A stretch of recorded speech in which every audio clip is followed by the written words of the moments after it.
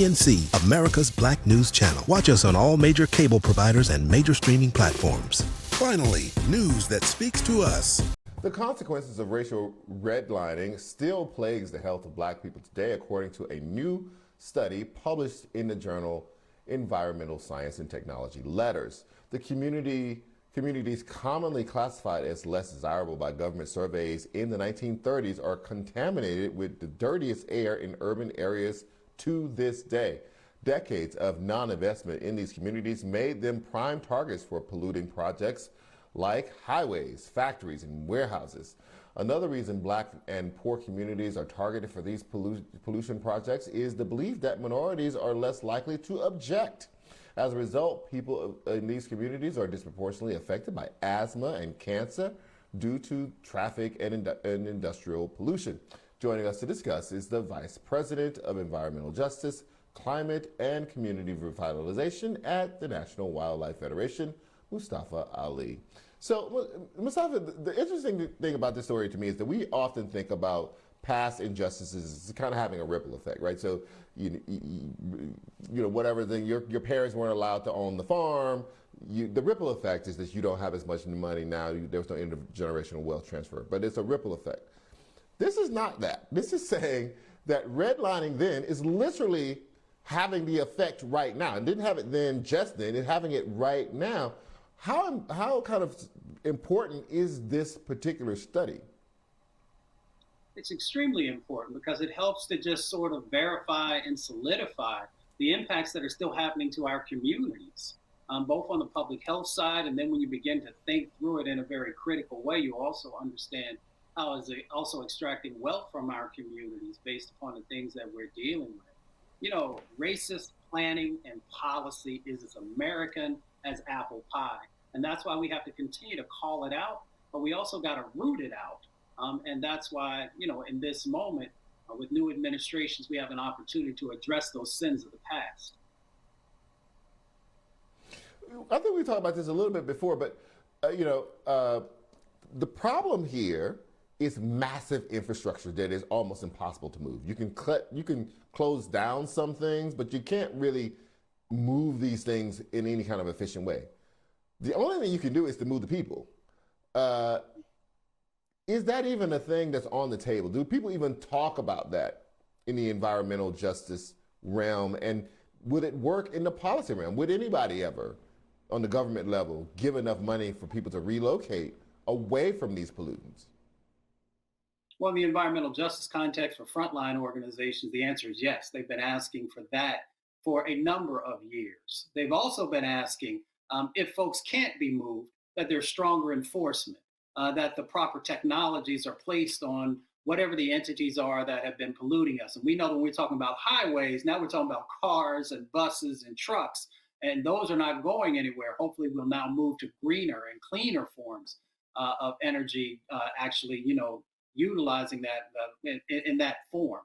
But we also got to call out the fact that when you look at those folks who have been moved, it's only happened in a handful of cases in the last 50 years. So these investments that folks are talking about now have got to be laser focused on the communities that need them the most. The communities that have been labeled the sacrifice zones, because when we go back and look historically and in this moment, we still have a number of sacrifice zones across our country. In the 1930s, people couldn't breathe. Until now in 2022, we still can't breathe.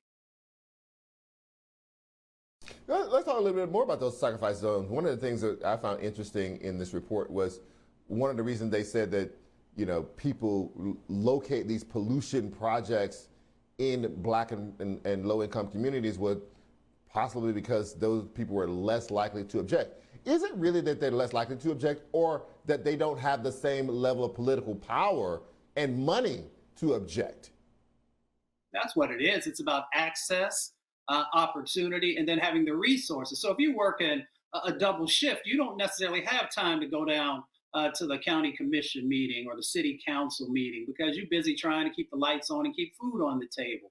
So that's why we got to also push governments to make sure that there's more accessibility for folks and that they don't have to keep coming back time and time and time again, that you actually are hearing their voices. And that also plays out with our vote and make sure we have the right folks, whether it's on city councils, county commissions, and the state houses, or of course on the federal level, so that we make sure that, there's real honest accountability in the process.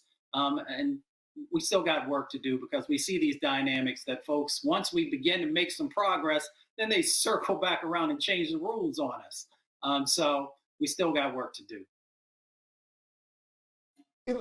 Even if we can't pay people to move, are there ways to set up payments to pay for mitigation efforts in some sort of way? I'm not saying, you're outside, you breathe the air, that's what it is. But are there some things that can be done to lessen the effect of these pollutants, maybe when you're indoors, that people could be, tax breaks or something that would allow them to have enough money to install things in their house that would make it a little bit less dangerous for them? There are a number of things that we can do. We have these things called supplemental environmental projects. So whenever there is a civil enforcement case against an entity that's been polluting, past their permit and a number of other things, then dollars can be refocused into the communities. We can also make sure there were dollars that were inside of some of the federal stimulus and also in the most recent bipartisan infrastructure bill, to make sure that we have the air monitoring and that finally communities actually get to take advantage of those dollars. The other part, Charles, that's really important, we learned this through COVID, is that we've got to also make sure there's a proper air filtration types of systems in place, whether we're talking about in schools or daycare centers, or also in folks' home, finding ways to make sure that they have the various tools to make sure that they are breathing healthier air. But that does not get away from the fact that we have to stop the zoning that's happening that is putting Black and brown and lower wealth communities in danger, and that we've got to also hold people accountable when they continue to have these cumulative impacts that are going on, where there are multiple sources that are polluting communities. And here's why. We've talked about this. Up to 200,000 people are dying prematurely from air pollution. 24 million folks have asthma, 7 million kids, and disproportionate is Black and brown folks who are the ones who are in those numbers and the ones who are losing their lives. Mustafa Ali, always a pleasure to have you on with your insights. I appreciate it.